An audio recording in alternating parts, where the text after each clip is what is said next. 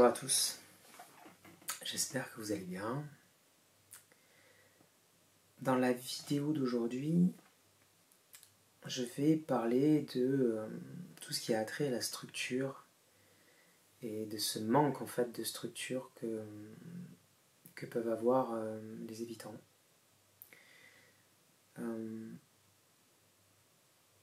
Parce que c'est, il me semble-t-il, une des choses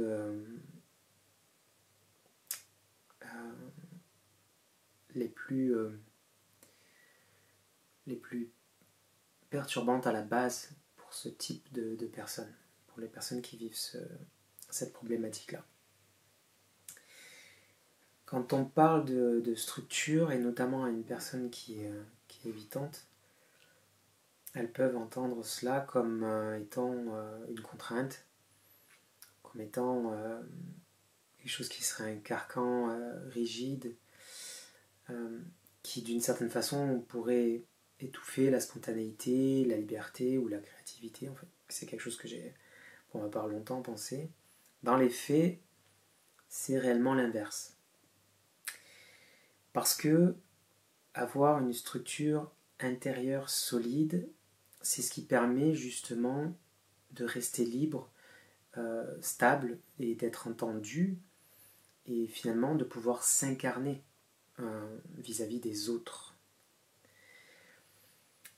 C'est pour ça que pour une personne évitante, cette structure manque souvent et de façon assez flagrante. Non pas parce qu'elle n'est pas capable de construire, mais parce qu'elle a appris, une fois de plus, dans son enfance, à ne pas s'appuyer sur elle-même. Quand on vit dans l'évitement, on vit dans une forme de retrait permanent, donc on fuit la relation, on fuit parfois et souvent ses propres pensées, ses propres émotions, son propre corps. Et c'est comme ça que peu à peu, finalement, on se déstructure. Alors pas au sens réellement pathologique, mais plutôt dans un sens existentiel. Ça veut dire qu'on devient quelqu'un qui ne se sent plus capable de poser une parole claire, de tenir un engagement,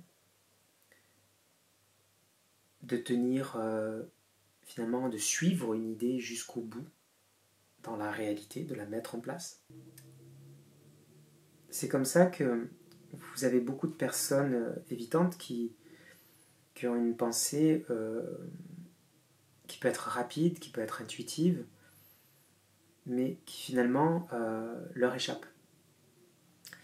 Cette pensée-là, elle est évanescente, elle est glissante.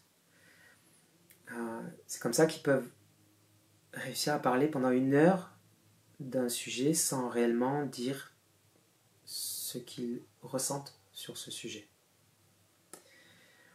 C'est comme ça qu'ils peuvent commencer un projet, mais qu'ils vont l'abandonner à la première difficulté, au premier obstacle. Parce que d'une certaine façon, ils évitent aussi la précision, la chronologie, la mise en forme, parce que ça les met trop face à eux-mêmes. Et surtout face à la peur de ne pas être à la hauteur.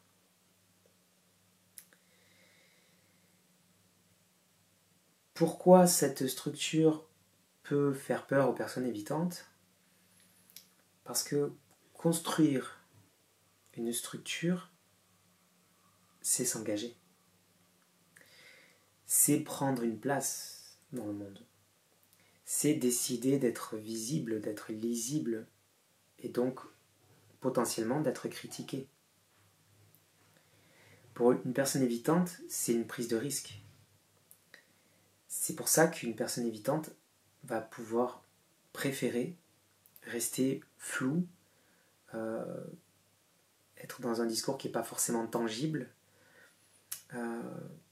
et rester encore une fois d'une certaine façon insaisissable. Parce que ça lui permet de garder son narratif. Ça veut dire rester... il y a un espace qui lui paraît plus sûr de cette façon-là. Sauf que cette communication et donc cette structure, quand elle reste floue, elle finit par isoler. Parce que cette personne ne peut plus et ne peut pas se sentir rejointe par les autres. Et elle ne sait plus à un moment donné comment se rejoindre elle-même.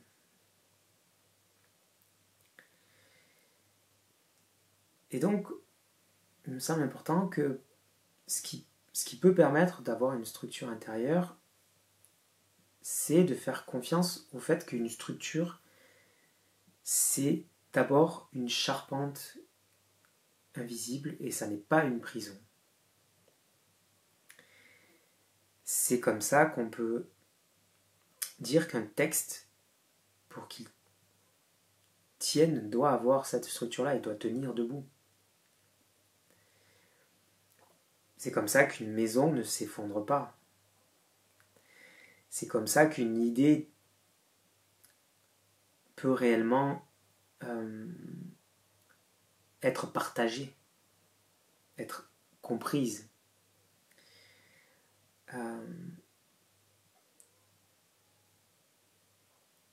Je sais que plus j'ai commencé, et j'ai encore du travail là-dessus, mais de façon très personnelle, plus j'ai commencé à travailler sur cette idée de structure, plus j'ai commencé à avoir une différence en fait entre la qualité de ce que je pouvais partager en fait. C'est-à-dire qu'il y avait une partie, quand on reste dans quelque chose qui n'est pas forcément bien structuré, il y a toujours quelque chose qui reste mystérieux et on ne peut pas partager l'entièreté de ce qu'on veut partager. Donc il faut faire prendre ce parti pris à certains moments en tout cas, de créer cette structure pour pouvoir être mieux compris. C'est comme ça aussi que, comme je le disais pour la maison ou comme je le disais pour un texte, si on arrive à partager en travaillant sur cette idée de structure, eh bien on peut être debout, là aussi. C'est plus simplement une forme d'improvisation ou de fuite par l'intellect, c'est quelque chose qui est posé, c'est un cadre qui est posé, et dans ce cadre, on peut réellement habiter la parole et la transmettre de façon plus fluide, plus compréhensible. Alors comment on fait quand on est évitant pour retrouver une forme de structure intérieure? On commence petit, toujours. Il faut avoir cette humilité-là, de réussir à poser un cadre qui soit assez soft, doux, mais régulier. C'est-à-dire pouvoir écrire chaque matin trois phrases sur quelque chose qu'on ressent, pour pouvoir réussir à se reconnecter à ses émotions. Faire des vidéos toutes les semaines, même si on ne les publie pas. Et puis, il faut aussi, à un moment donné, s'autoriser et autoriser quelqu'un à pouvoir rentrer dans notre vérité. Ça veut dire, partager, trouver un support externe. C'est-à-dire quelque chose qui puisse être une trame, quelqu'un qui puisse être un guide. Pas pour être dans le plagiat, la copie. Il ne s'agit pas de copier quelqu'un, mais plutôt pour s'imprégner en fait de ce à quoi ressemble la structure, déjà, pour que vous puissiez en avoir le goût. Et finalement, c'est comme ça qu'on apprend, on va revenir à cette image-là que tout le monde connaît, mais quand nous avons appris à marcher, nous avons appris à marcher parce que nous avons vu des personnes qui se tenaient debout. Et donc, par mimétisme, en tant qu'enfant, nous avons décidé d'être debout comme les personnes que nous voyons autour de nous. Et donc, on peut apprendre de cette façon-là, petit à petit, avec des efforts répétés dans le temps, à rentrer dans une forme de structure, une forme de discipline, même si ce mot peut faire peur à certains. C'est aussi, et pour finir, accepter de se confronter. Ça c'est la chose peut-être la plus difficile, certainement la plus difficile, mais d'accepter de se confronter justement à toutes ces parties qu'on a pu laisser sans structure, qu'on n'assume pas forcément, c'est-à-dire les silences, les trous, et réussir en fait à faire des ponts par-dessus ces trous-là, réussir à les nommer, à nommer ces manques-là, pour qu'ils ne soient plus simplement des espaces qui soient vides, mais que justement il y ait quand même une forme qu'on puisse travailler et structurer pour ne plus être pendu dans ce vide et avoir ce support-là pour soi. Et c'est ça en fait, bâtir une structure, c'est pas construire simplement ce que font les évitants, la façade, mais c'est réellement construire l'intérieur, construire les fondations qui n'ont pas été posées. Les personnes évitantes, malgré tous les complexes qu'elles peuvent avoir, et elles en ont énormément, ne manquent pas d'intelligence. Elles manquent d'un ancrage, elles manquent d'un cadre de sécurité intérieure qui leur permettent de tenir une parole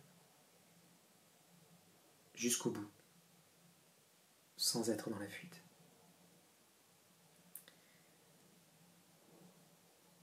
Et leur dire que même si elles ont l'impression que la structure est d'une certaine façon leur ennemi, l'ennemi de leur âme, ça n'est pas le cas.